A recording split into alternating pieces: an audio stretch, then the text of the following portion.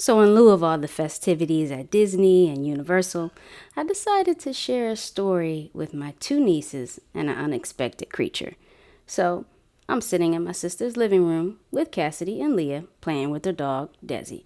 Now, Desmond's PR team said that he declined to be in the video, so we will not see an appearance from Desi. Anyway, also, this took place about 4 years ago, and I don't have the technology to de-age these two, so just, use your imagination. 4 years ago. All right. Anyway, I'm playing with the dog, and then I mentioned that he looks like this particular animal. My oldest niece turns to me and says, "What's that?" That's when I knew it was my time.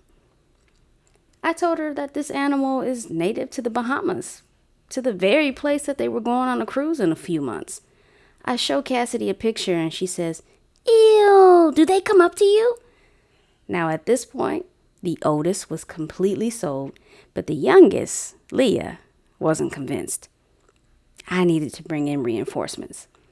I march over to my sister and say, "Hey, aren't these natives to the Bahamas?" She takes a second, nods, and says, "Yep."